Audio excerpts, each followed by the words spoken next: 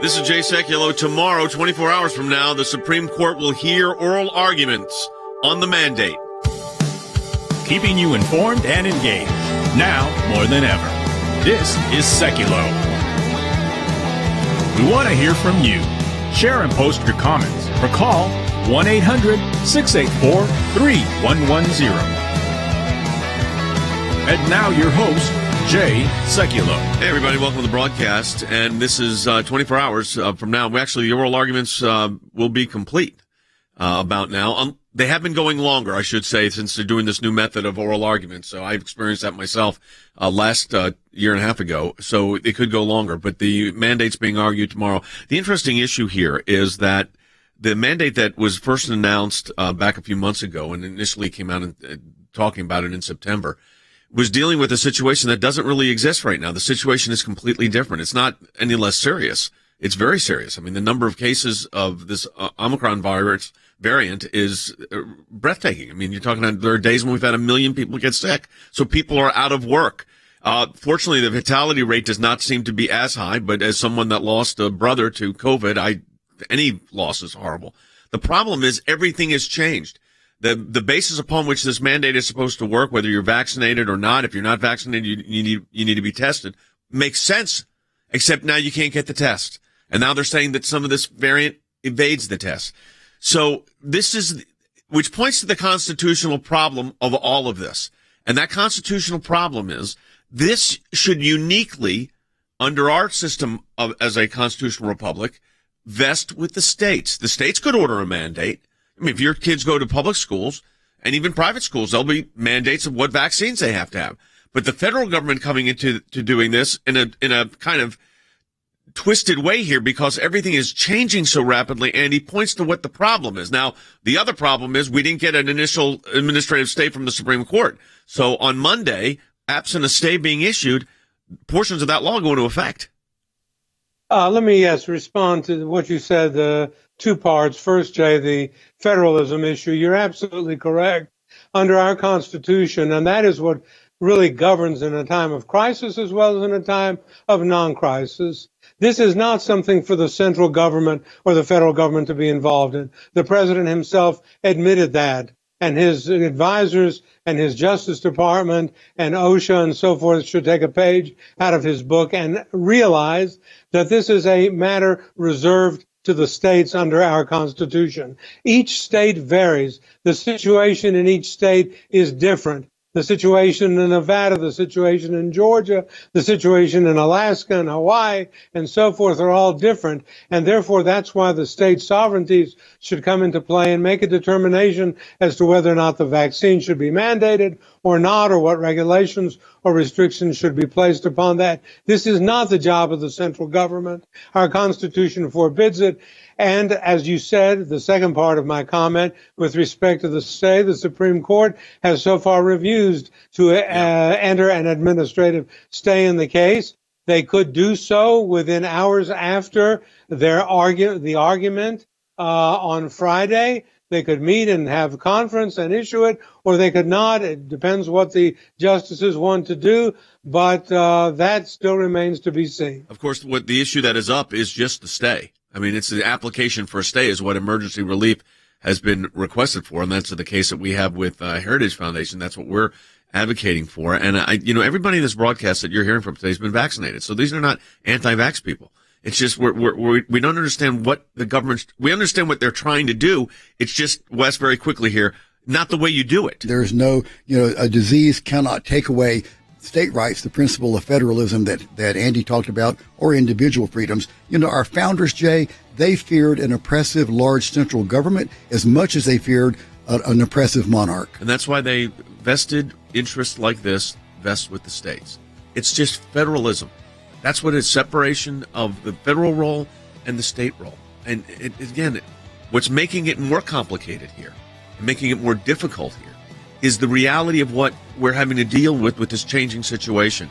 So again, we've got a lot more ahead. You're going to want to stay tuned coming up in the next half hour of the broadcast. More to discuss. ACLJ.org is a great way for you to stay engaged. I encourage you to do it. Arguments tomorrow.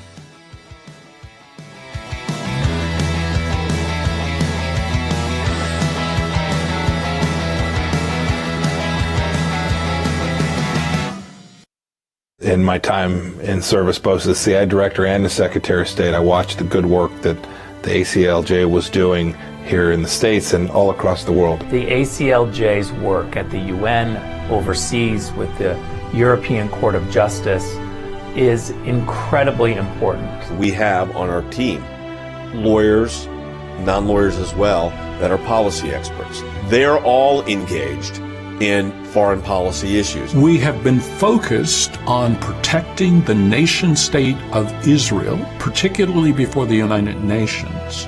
We don't shy away from the battles that are going on at the UN and just complain about them. We actually try to go in and do something positive and actually affect change. The risk of an incomplete or unsolid relationship within the United States of America and Israel is real. Israel is very important to the ACLJ, and we will always fight for Israel's rights. We had a series of cases at the European Court of Human Rights, primarily dealing with religious liberty. And as Secretary of State, I saw this too.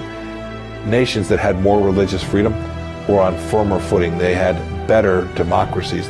America has always been the world leader in religious liberties, in freedom of conscience and freedom of speech. We've taken the First Amendment, and that has been our cornerstone.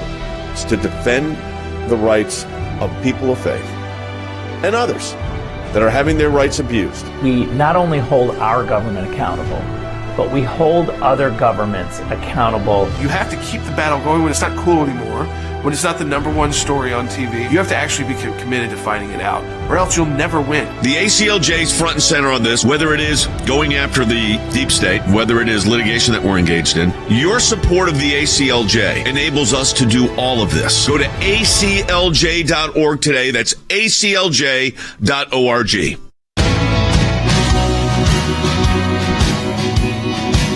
Welcome back to Sekulow. Tomorrow, U.S. Supreme Court will hear oral argument in the challenge to the Biden vaccine mandate.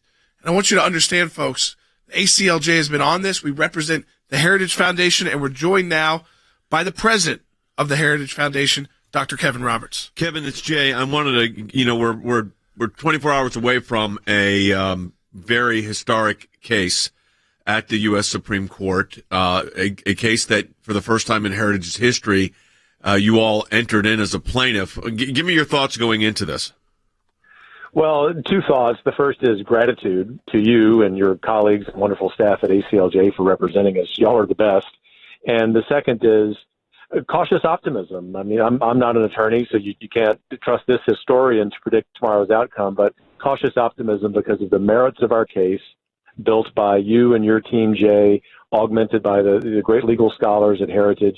And we're just hopeful that this court, which has become stronger in its thinking, is going to do the right thing and protect the sacrosanct relationship that employers have with their employees, namely by protecting that private information of their employees. You know, what's so interesting here is, and we said this on our broadcast the other day, things have changed so radically, even, Kevin, since we filed this brief. You now have the Omicron variant, which is huge numbers. It's affecting employment everywhere because people are sick, so they're not coming to work. Flights are being canceled. Tests aren't available. So part of the problem with this mandate is it just doesn't work. But I mean, there's the constitutional issues, obviously, which are significant. But you've taken steps at Heritage. We've taken steps at the ACLJ to protect our employees. We talked about this before, expensive and well utilized filtration system. But everything has changed in like 3 weeks. That's the difficulty with this virus is, and one day whoever's responsible for this, and I still believe it's the Chinese government, has got to be held accountable. But this is changing so rapidly, none of these measures can physically work. I mean, the employees can't even get the tests. No, that's just it. I mean, I was mentioning this to some of my colleagues at Heritage in the last couple of days, is let's just say that we were willing to comply with this unconstitutional mandate, which, up to this point we've not been. Even if we were, to your point, none of that is working. Masks aren't working. Apparently the vaccines aren't working. And we're not anti-vaccine on vaccines that actually work, but just in 3 weeks we've seen that. And so it leads me to the really key point, Jay, to your point about what you have done at the ACLJ offices. Virtuous employers are going to take good steps to protect their employees. And they're also going to remember that their virtuous employees are going to take good steps for themselves and their colleagues. And I just want us to get back to that and for the federal government to recognize that about employers in America. Let me tell you another thing here that is interesting. It's a concern I have as someone that's litigated at the Supreme Court for 4 decades. A stay, an administrative stay, should have been issued because that would have let this law not go into effect while this is being litigated. Because the problem, Kevin, that we've got, and I know Heritage has always been concerned about this for decades, the whole issue of federalism, state sovereignty on some of these issues is what this has shown, this way this virus is mutating, is the states are in a better position to deal with this than the federal government. But the lack of a stay being issued here is creating havoc. I mean, we ourselves, you and I have talked about this. You're the president of Heritage. We've got the ACLJ here. We have a management team. We're trying to figure out how to start complying with parts of this on Monday because the court has not taken action. Now, I'm hopeful that maybe tomorrow after the arguments that we will get some kind of order from the court that gives at least an administrative stay until they issue a decision. But trying to comply with this in the interim is not an easy challenge.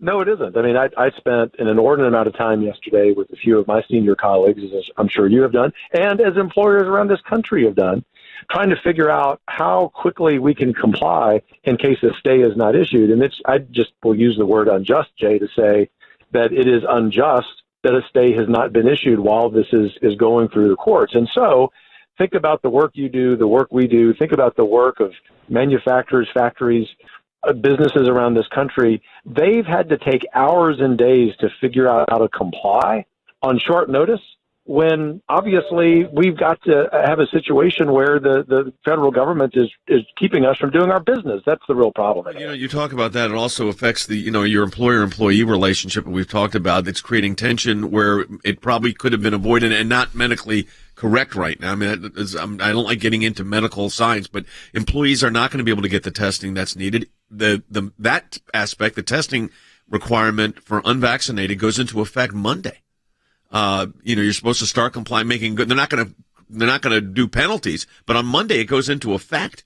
So this is again, you've been in private life too. I mean, when you run a business, this is creating for the business so many hurdles in an environment where people are legitimately are sick. I mean, the number of people having COVID right now is exponentially higher than it was, say, a month ago or 2 weeks ago because of this new variant. Now, fortunately, the hospitalizations are not as high and the fatalities have not been as high. But people are sick, which means they can't work, which is also putting stress on companies, including Heritage, ACLJ, and everybody else.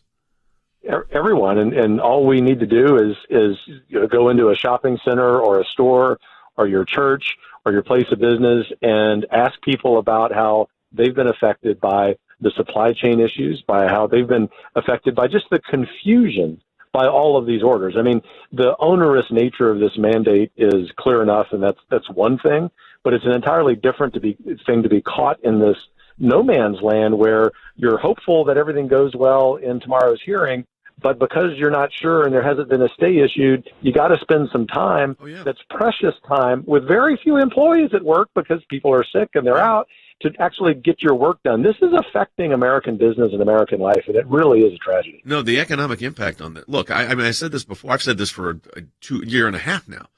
If this came out of China, and if it was responsibility of negligence on behalf of the Chinese government or an affiliate of the Chinese government, they have wreaked havoc on the world economy.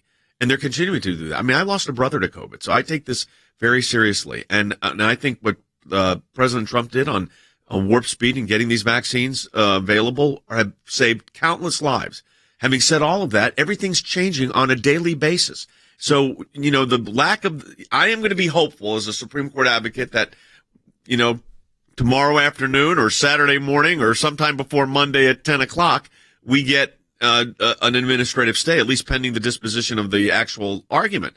But the problem that we have is, like you said, this impacts business. But I want to go back for a moment here because, Kevin, for Heritage, this was a big moment. You were just installed as president or about to be installed as president when you took this very unique action. I want to talk about that for a moment and share that with our audience. Yeah, it's really important to underscore this because I'm sure it reflects a lot of other businesses and organizations that don't usually file suit. Heritage has been real involved in the legal movement, as you know, but we've never taken the action in our nearly 50-year history of filing a lawsuit. And this I thought was important for us to do. I went to my wonderful predecessor, Kay James, and the board days before my first day in December, and I said, look, this is going to be a problem for me to comply with unless we make a run at fixing it legally. And so to their credit, the board voted unanimously. Kay was very supportive, and we filed this suit. And, this might be a sign of things to come, of Heritage doing more of this if the Biden administration continues to overreach.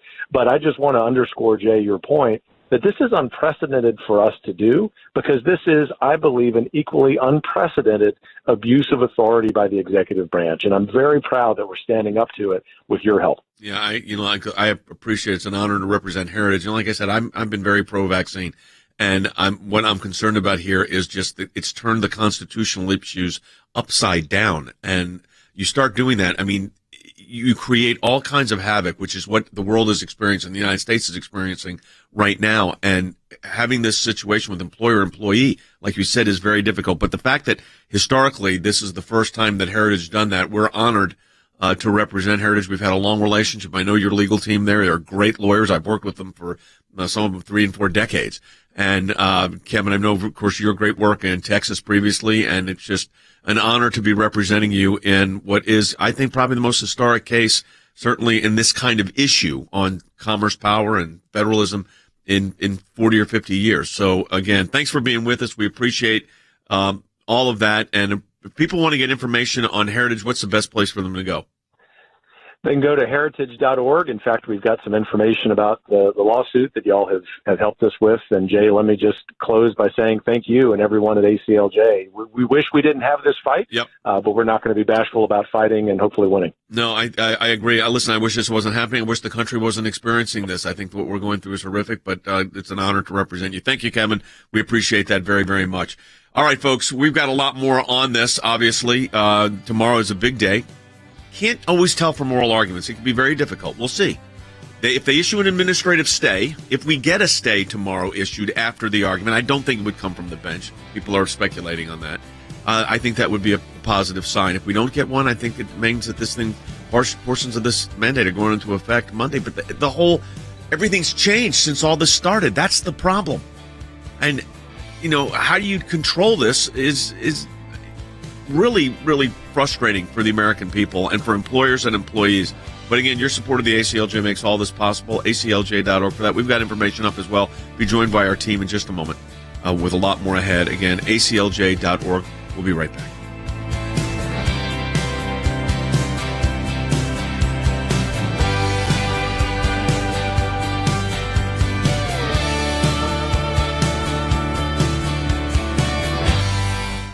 When we see something, when we hear something, when we're concerned about an issue, we don't just talk about it. We do something about it. And that goes to our Government Accountability Project. The things that are important are knowing where to look and who to look at. What we're trying to do is get information that we, the people, are entitled to. We sort of call them puzzle pieces because we don't know which ones we're going to need in the long run. But you gather all the puzzle pieces together, and then you start to put them together to uncover the truth, really. The Freedom of Information Act, that's a statute that allows us to get information from the government.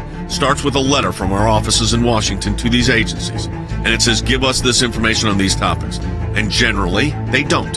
And then we go to court. We go through a series of lengthy negotiations back and forth about what they'll give or what they won't give. We may get tons of information that's redacted, and we have to then go back and say, you redacted too much. We can't really find out what you're giving us because it makes no sense. So it goes through a process of litigation. That is how you get information, and that office is going to be more active now more than ever. The ACLJ has been extremely active in vigorously seeking to hold these bureaucrats accountable. We have filed hundreds of FOIA requests. We have received over 20,000 pages of documents in our litigation. How was our government operating? What were they driving at? What was their agenda? What was their motive? And I will tell you, sometimes the picture that it paints is one of terrific abuse. You're finding a nugget in a gold mine. Occasionally you'll come up with something that is really a bombshell, but you have to persist in doing it, and that's what we do. That's a little bit of what we do through our Office of Government Accountability, and of course that comes under our Office of Government Affairs. So your support of the ACLJ supports all of that. All right, we're giving a preview, everybody, of the upcoming Supreme Court argument tomorrow. We have, in fact, represent the Heritage Foundation. We're involved in this case. Obviously, we've filed 2 sets of briefs, and the oral argument is, in fact, going to take place tomorrow starting at 10 o'clock Eastern Time. There's 2 cases, so it'll go at least to when we're live, noon. We will then give commentary as it develops, because and again, oral arguments can be deceiving. You don't always get a clear answer, but this is an application for a stay. So as we just said, and Andy just said, we're hopeful, and maybe we can get an administrative stay this weekend, because if not, a lot of this law goes into effect Monday. I mean, we're already making plans at our offices, and it's not easy to comply with this right now because your employees that need to get tested are having trouble getting tests. I mean, this is just the facts. And how do you deal with that under the law? All of this is, in that sense, is complex. What is not, I don't think, as complex as it's being made out to be is the constitutional issues, Harry, that are at play here. And we focused on ours on the federalism issue, and the idea, and of course, the Commerce Clause, the idea that this is a unique power, police power resting really with the states, and that OSHA itself isn't the entity to be implementing this, as OSHA basically acknowledged early on. I think that's precisely correct. So if you look at the 10th Amendment clearly, if you look at the federalism issue clearly, we have clear and unmistakable precedents suggesting that states are the appropriate venue for dealing with a pandemic in a Republican form of government.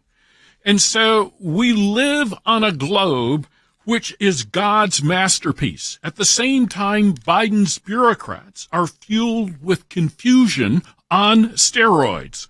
Rather than plan ahead, rather than consider the constitutional limits on their power, the Federal Department of Labor asserts that it has both the authority and the skill to shut down a global pandemic when the evidence suggests OSHA's bureaucrats lack the competence to draft a clear rule, one that takes account of the absence of COVID tests. Well, and that's a quintessential issue that they have raised in their mandate, but they haven't taken account of it.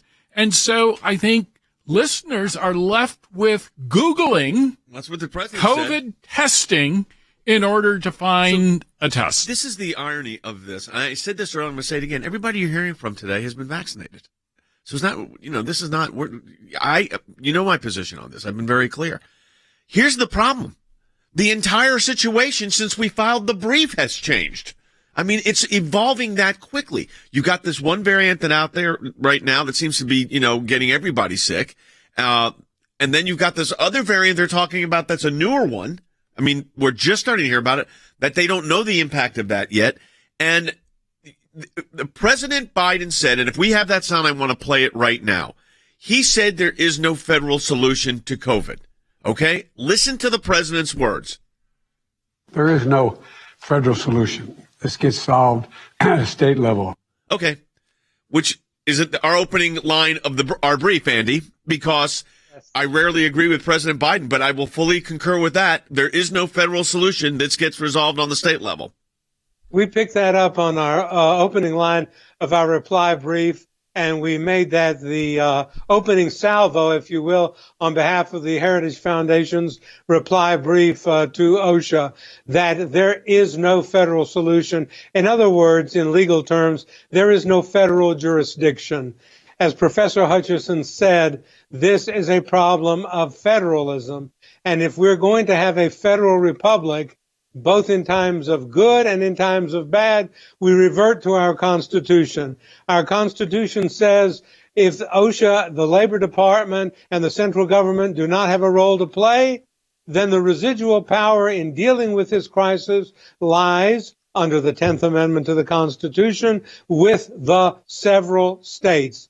And it is up to states to make the determination as to how they're going to treat their people. Who is going to make that decision should be made at the state level. This is a question of the federal versus the state power to say the law. That's what jurisdiction means from the Latin, the power to say what the law is. We're not saying that people should not be vaccinated. We're not taking a position on the medicine and the science. We are lawyers on behalf of our client arguing that this is a matter that rests in the competence of the states to determine mandate, no mandate, vaccine, no vaccine, testing, no testing. Here's what you've got. Okay.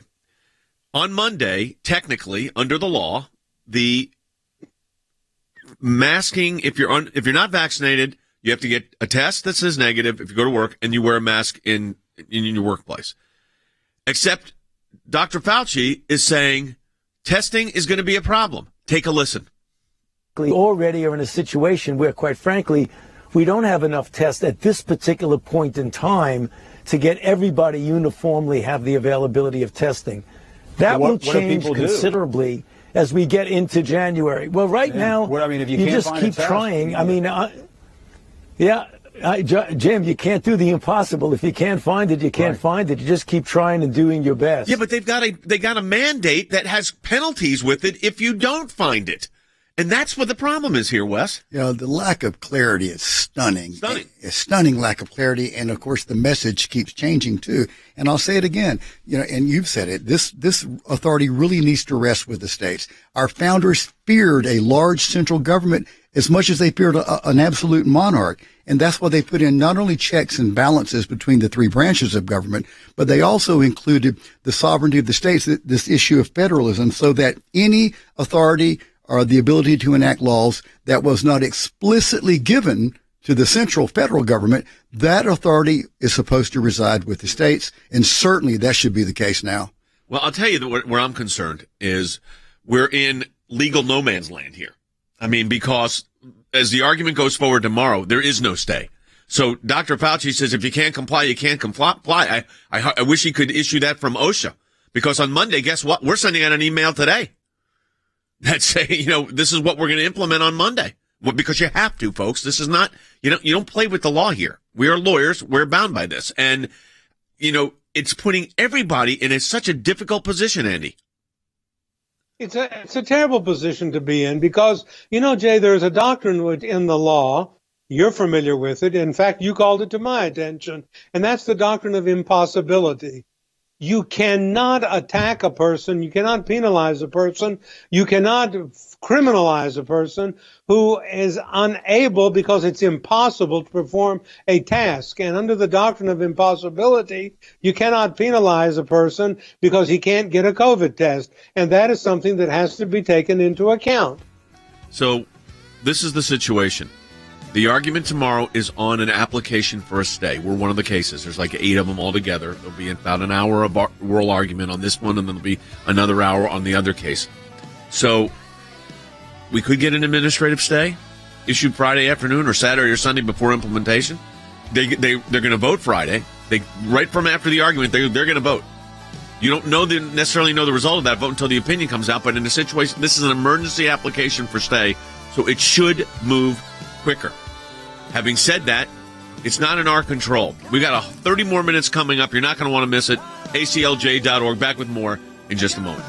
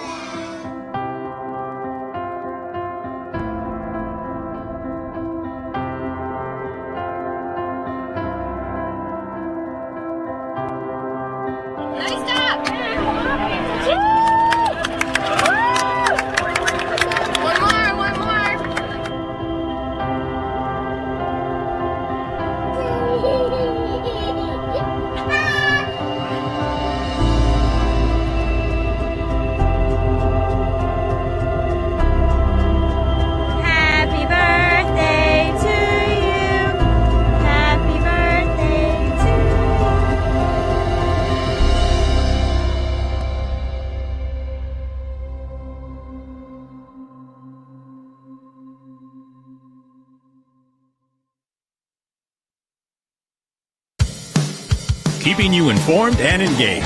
Now more than ever. This is Sekulow. And now your host, Jay Sekulow.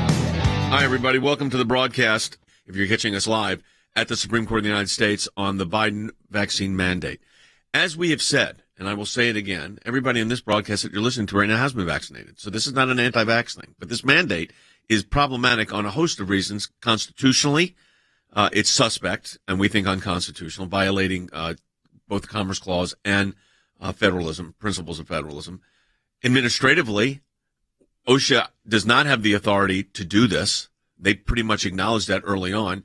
And then third, practically, people just can't get what is needed. And that is, if you're not vaccinated, you have to produce a negative test in order to then come to work. Now, we got people out sick already with COVID.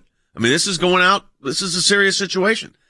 But we're putting this in place so you've got a constitutional issue, a statutory authority agency issue, and a practical issue, Harry, all hitting at the same time. I think that's true, and I think one of the things that OSHA has not thought out very well is what are the limitations of its power and what are the limitations of its authority. So, for instance, if we go back to what Dr. Fauci said, he essentially has offered a do-your-best defense to compliance with the mandate. Except he doesn't have the authority to get rid of the penalties. That is absolutely correct. And so the question then becomes, will the Supreme Court accept the impossibility defense as a basis for at least delaying the implementation of this particular mandate? And then let me ask you a question about that before you get to the second one, because that brings up a really practical point, and that is, would the lack of testing capability, does that play into, because this has all happened since everybody's done the briefs, does that play into the Supreme Court decision? Well, I don't know.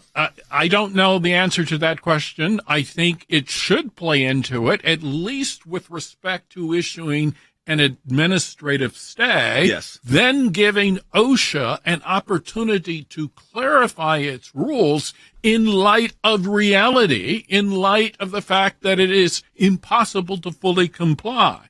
The second point to keep in mind is what then limits OSHA's power. Do they have the power, for instance, to regulate racism? And that's not a joke. The state of New York has declared racism a public health crisis. And so to the extent that OSHA has authority to issue this particular mandate, what prevents it from issuing a mandate with respect to solving the racism problem from now to eternity? Look, and no one's belittling the racism issue. It's real. We know that, unfortunately. Anti-Semitism is real. But this is not how the Constitution addresses these various issues. And I'm thinking here, Andy, of, I said the constitutional, statutory authority, and then the practicality. But yet we are, a day away from the argument, and there is no stay. There has been no administrative stay, and portions of this law go into effect Monday. That's right. And whether we like it or not, the law is the law, and it has to be obeyed unless stayed by the Supreme Court of the United States, which may indeed happen very quickly after oral argument. In my opinion, it should have happened before now because of all these imponderables that we are facing, but the Supreme Court chose not to do so. The votes were not there. We'll see if the oral argument, which is limited to 1 hour, as I understand it, is going to change their minds. We'll see. They could issue, it is possible that they issue an administrative stay after the argument. And does the impossibility of the situation come into play here that you can't get the adequate testing? We're going to find out. But again, it's an uphill battle. I don't want to kid anybody here. That's why we work so hard on these briefs. All right, ACLJ.org for more information. We're going to be right back with more comments on this and an interesting comment from President Biden that just kind of points out to where the problem is. And we're going to play 2 bites for you. We'll be back in a moment.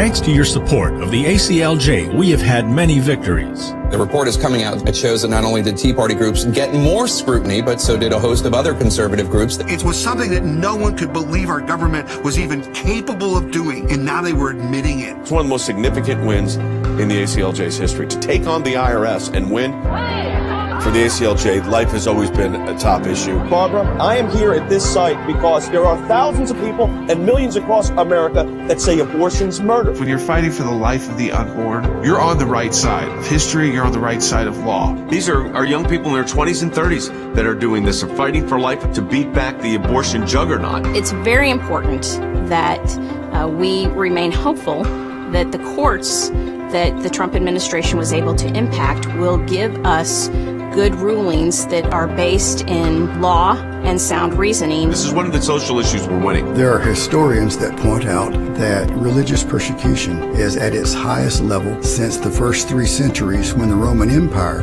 led religious persecution. A mid-state pastor's family is fighting to bring him home. We are getting my husband after 7.5 months. Turkey should not get away with holding my father one more day. When Brunson was finally released, who meets him at the airport at 2:30 in the morning? Rick Grinnell. I saw Pastor Brunson walk down the stairs of the plane. I was filled with emotion. I told him that we were praying for him. The American people never forgot about him. I'm thankful, I'm grateful, and actually I'm astounded. We need your help as we continue this work here in the United States and around the world.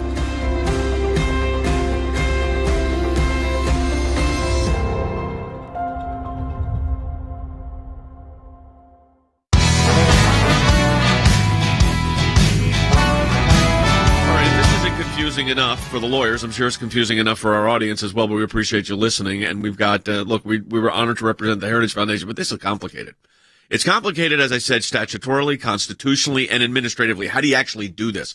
It's constitutionally, it violates the Commerce Clause as well as the 10th Amendment.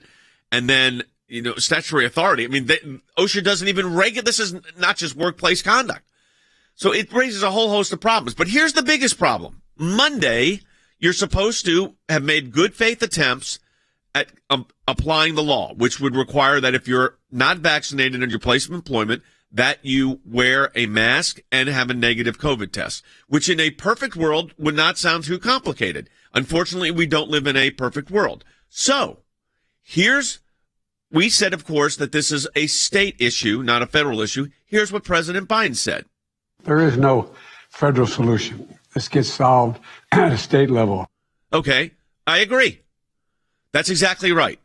Then, as far as the testing, which requires you to have the testing or else penalties start applying if you let people come in not tested, here's what he said. Google, quote, COVID test near me. Go there, COVID test near me on Google to find the nearest site where you can get a test most often and free. Okay, this is scary.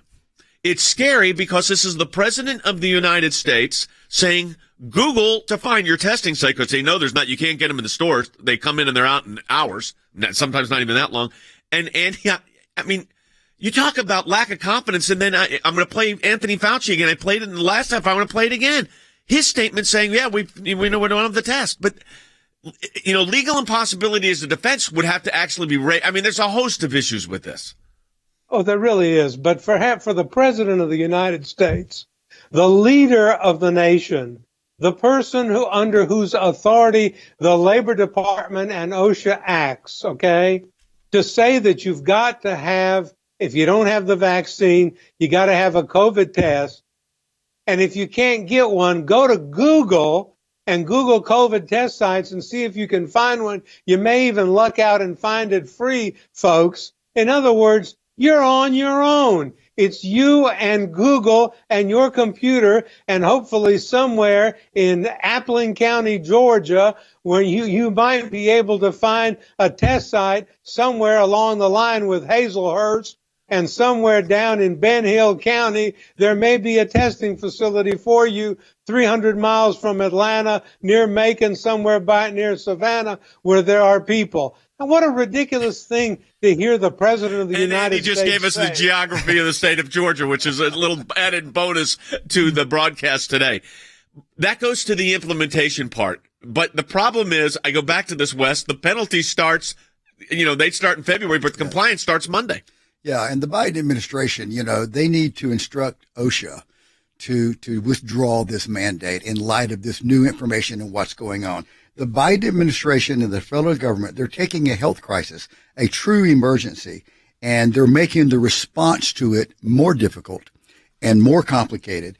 If the federal government cannot help with this situation, and right now they seem powerless to do that, they need to at least step out of the way and do what our Constitution provides for. Let the states take care of this matter. It's within the states' sovereign authority. But the Supreme Court also created havoc here. And as a Supreme Court member of the Supreme Court bar and practicing before the Supreme Court since the 1980s, and now we're in 2022, so a long time, 4 decades at the Supreme Court, I will tell you something. Not putting that stay in place, Harry, really is creating practical havoc for employees and employers. Absolutely. So if we were going to list the individuals who are most responsible for this confusion, certainly we would have to start with the President of the United States. Then we would have to look to the Department of Labor for issuing a rule which no one fully understands. But thirdly, we also have to look at the United States Supreme Court. And so to some extent, this mess, that is, a mandate that theoretically at least goes into effect next Monday, and employers don't have sufficient guidance. And then we have Justice Kavanaugh, as I understand it, he refused to issue an administrative stay. And I can't understand it. I can't explain it. It doesn't make sense. This is an issue of national importance. So the thing I think that they're justifying this on, Harry, is the fact that the penalty portion, in other words, which are draconian. I mean, it's serious, $70,000 for some of these per incident. They're not going to apply that until February. But you could be violating the law subject to civil liability, maybe not damages, but injunctive relief, things like that. Really effective Monday. It was originally going to be this past Monday, but OSHA issued a statement saying basically, it made it confusing again, by the way, saying, oh, well, we're going to enforcement of this or compliance with this should be by the 10th. So we're all doing that, but we're trying to do it. But employees are going to be in a very, very difficult situation. And by the way, I don't think it's just employees. I think employers are too. It's both. Your employee or employer. This is really tough because you're going to end up with no shows at the office. When you already have high sickness, 4,000 flights are canceled, not just because of weather. You got crews that people are sick. I mean, this virus is a serious thing. So you got that going on. You can't get tests, so that's going to be another whole group. And then you don't know what the Supreme Court is going to do or not going to do, which is putting us in a very difficult problem. But the real problem here is things have changed so radically. And by the way, they could again, unfortunately.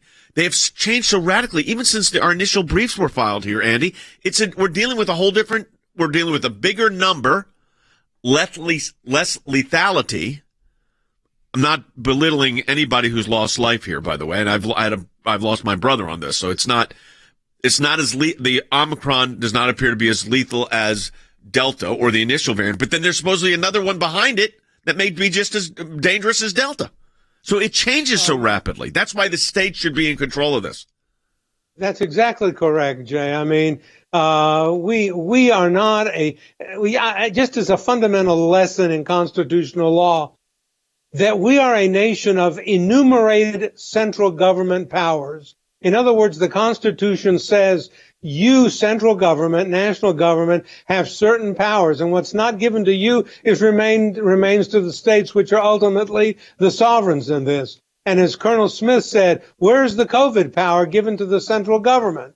As Professor Hutchison says, what about federalism? What about the fact that these are matters that are not attributable to by the Constitution to the federal government, but rather to the states? The president himself says that. The commander-in-chief, the head of the unitary executive. We're just disregarding all those and telling the people, Google. In other words, folks, I'll tell you what, we got a law. It's got penalties. You may not be able to do what you got to do under it. So what? Go to Google. You're on your own. Here's what Anthony, I'm going to play it again. This is what Anthony Fauci said. We already are in a situation where, quite frankly, we don't have enough tests at this particular point in time to get everybody uniformly have the availability of testing.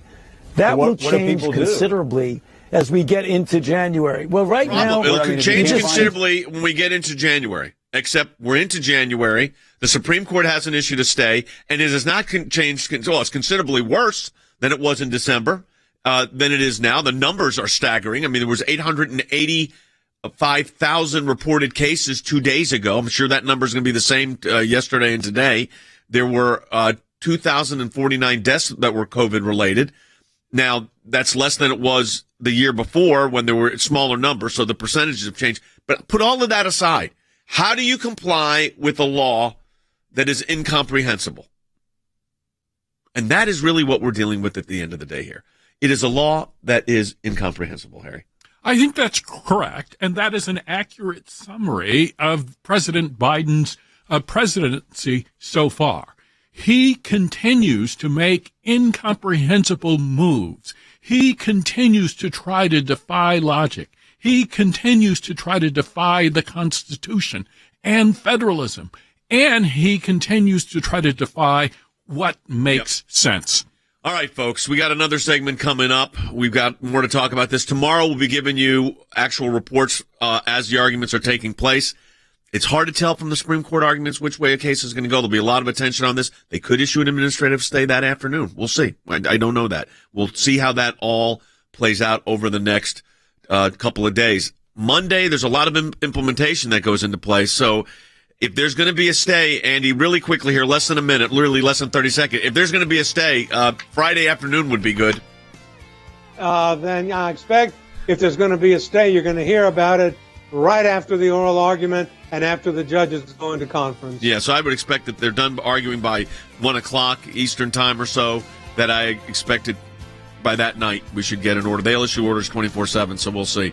All right, we've got another segment coming up, folks. We're going to want you to stay engaged. Go to ACLJ.org. Follow us on Twitter, all the social media platforms as well. And, again, share this with your friends. A lot more ahead in this last segment coming up. But, again, support the work of the ACLJ, ACLJ.org. Yesterday we announced our first new lawsuit for the 2022, representing a faculty member at a college that was fired because of her pro-Israel, pro-Zionist statements. And that's your ACLJ at work.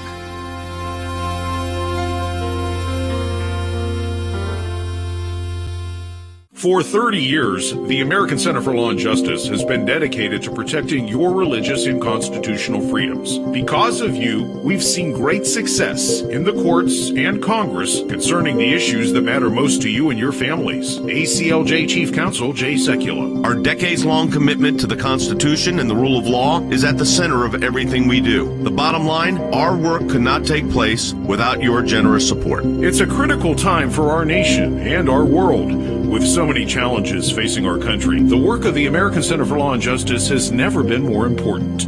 There's no better way to support the ACLJ than through online giving. We truly appreciate your financial support. Without it, it would be impossible to do our work here and around the globe.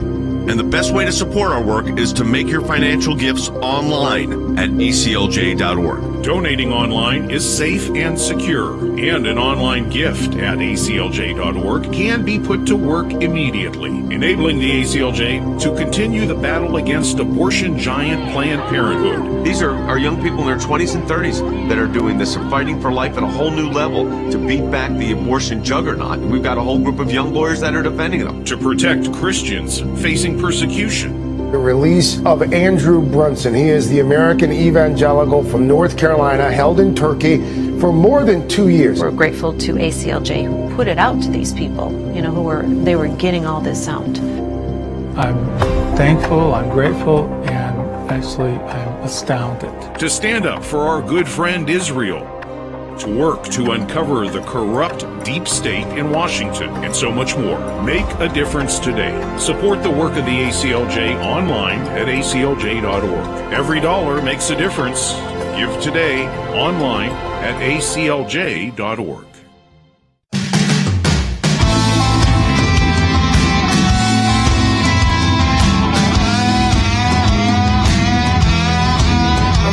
Sekulow. So a major case at the U.S. Supreme Court. We represent the Heritage Foundation, the ACLJ. This was, again, work that had gone on throughout over the New Year holiday, and you knew before even Christmas, the month of December. This is the Heritage Foundation filing a lawsuit against the Biden administration's vaccine mandate for private employers that requires this testing. It's very complicated. It is puts employers in a very bizarre position with their employees. On top of that, and I think we want to point out as well, to comply with this is becoming nearly impossible in the United States of America, even since we filed the initial lawsuit, because we feel like there's separation of powers and issues that constitutional issues that violates the Constitution. The federal government and OSHA are not the right place. Between when our initial filing, and I've talked about this before, but I feel like I know the NFIB and some of the states will be making the oral argument on Friday before the court. Is the testing requirement, as President Biden said, you can't get the test. Google where you can find, you can't even buy these tests in the country. Well, and then I'm not sure that the Omicron variant is showing up on the test. So here's the problem. You're right, Jordan. The case has changed dramatically since we filed. I mean, this is what's so difficult. As you know, and I've said it before and I'll say it again, I am pro-vaccine, but I don't like the government coming in like this, putting a mandate in place that you cannot comply with. And when I say can't comply with, we're trying to figure out internally here at the ACLJ to be in compliance. So we're sending, you draft an email that you're going to send to your employees, and then you're saying, does this actually work? And now the testing issue is really significant. The number of cases are through the roofs, and unfortunately, the number of fatalities are starting to rise just because the sheer number of cases are going up. But the OSHA initially said they did not have the authority and capability to do this. And you know what the truth is? OSHA was right, Andy. They don't. No, they don't. And the President of the United States himself said on December 27th, there is no federal solution. This is something that belongs to the states. And in our reply brief, Jay, on behalf of the Heritage Foundation, we opened our reply brief with that statement and just shoved it down Joe Biden's throat. There is no federal solution. Look, in a time of crisis, you look to your Constitution nonetheless. Regardless of everything that may be going on, we're a constitutional republic, and we look to our Constitution to guide us through all sorts of crises. Our Constitution says we are in a federal system. This is not something that the United States central government has a role to play in. It's the states. It is not provided for in the separation of powers. It is a matter that is left to the conduct of the states to handle, and that is one of the principal arguments that we are making. Because, Harry, here's why. This is the perfect example where the states could tailor the situation to their specifics, which is what needs to be happening. Because the state governors know what, for instance, Governor Nome was on, who we represented in another case. She was on last night on television and said they do have adequate testing capabilities in South Dakota. But in a lot of other states, that's not the case. So the states could tailor those kind of remedies. I think that's precisely correct. And again, I compliment Andy Economou on his brilliant legal analysis. And it's too bad that the Biden administration hasn't hired him to interpret the Constitution. But we have federalism for a reason. Conditions vary throughout the United States, and we also have infection rates that vary throughout the United States. So it makes sense to devolve the power to the states and enable them and empower them to do something about this situation. Instead, the Biden administration, which has engaged in an absolutely fantastic series of bumbles from Afghanistan to Omicron, it continues to bumble its way through, even though Joe Biden said they would not, A, shut the country down, but B, they would shut the virus down. The key issue here is, does the federal government have the power to tell a virus, stop? And I think the answer is absolutely no. The government doesn't have that power. We have people traveling throughout the world, and the virus is mutating. And so I think Joe Biden should be a little more modest. It's very dangerous. And this virus is it's what's called a smart virus, and I don't like when getting into the medical. I'm not, but the hospitalization rates are starting to really climb. January is going to be a very bad month for this for the country, and we know that. But employers are going to do the right thing. Employer, of course, we put in a filtration system and if here. Employees are sick, they stay home. I mean, this is the point I don't understand about this mandate. We've already seen time and time. We saw the airlines; they had to cancel 4,000 flights a day, and that's still an issue with travel in the United States because they were doing the right thing. They were COVID testing. By the way, these were a lot of companies that had their own internal mandates for pilots and their staff, and they're still testing positive. So we also know that even boosted, fully vaccinated Americans are getting this, they're testing positive for this kind of virus.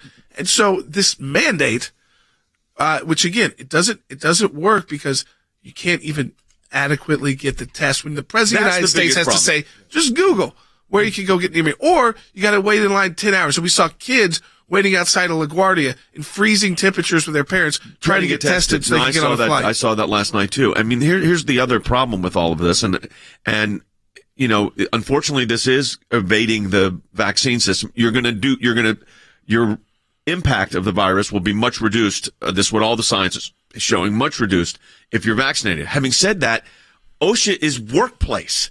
That's the problem here. They're not in their jurisdiction. Well, and Harry's right about the Biden administration bungling this whole response. And the CDC is not helping. The CDC came out yesterday and said that if you've been exposed, quarantine for 5 days, unless you test positive, and then you quarantine for 10 days, but no one can get a test. Well, this is the great disaster that has happened here. And could you imagine? Warp speed got the vaccine to the American people and to the world. That was under the previous administration with great success. But now we can't get tests. Does that not tell you the problem? Yeah, I mean, the problem is with the Biden administration. They put the focus, first of all, every time the president speaks, it's confusing. So when he spoke this week, it confuses Americans because on the one hand he's saying it's a pandemic of the unvaccinated. On the other hand, he's saying that if you're fully vaccinated and boosted, you will test you can get this new variant of Omicron, and that's where the problem becomes for this employer mandate. Those tests are not even available. We were talking to our outside counsel here for ACLJ, and they were saying, having to go through and trying to order these in bulk number from some of these. As an employer, you can order them, which you're not supposed to do under the mandate. But all this is the employee is supposed to have easy access. The Biden administration saying, your health insurance is going to reimburse you for it. That won't matter if you can't get it. If you can't easily get them. And I'm not talking about waking up on one day of the week where the pharmacy tells you, rush in, and this is the one day we're going to get shipments. That's not how this will work. That doesn't work. The problem, of course, is the Supreme Court of the United States did not issue an administrative stay. Yep. And they could have done that. So we're going to find out Friday. We'll hear what the argument is.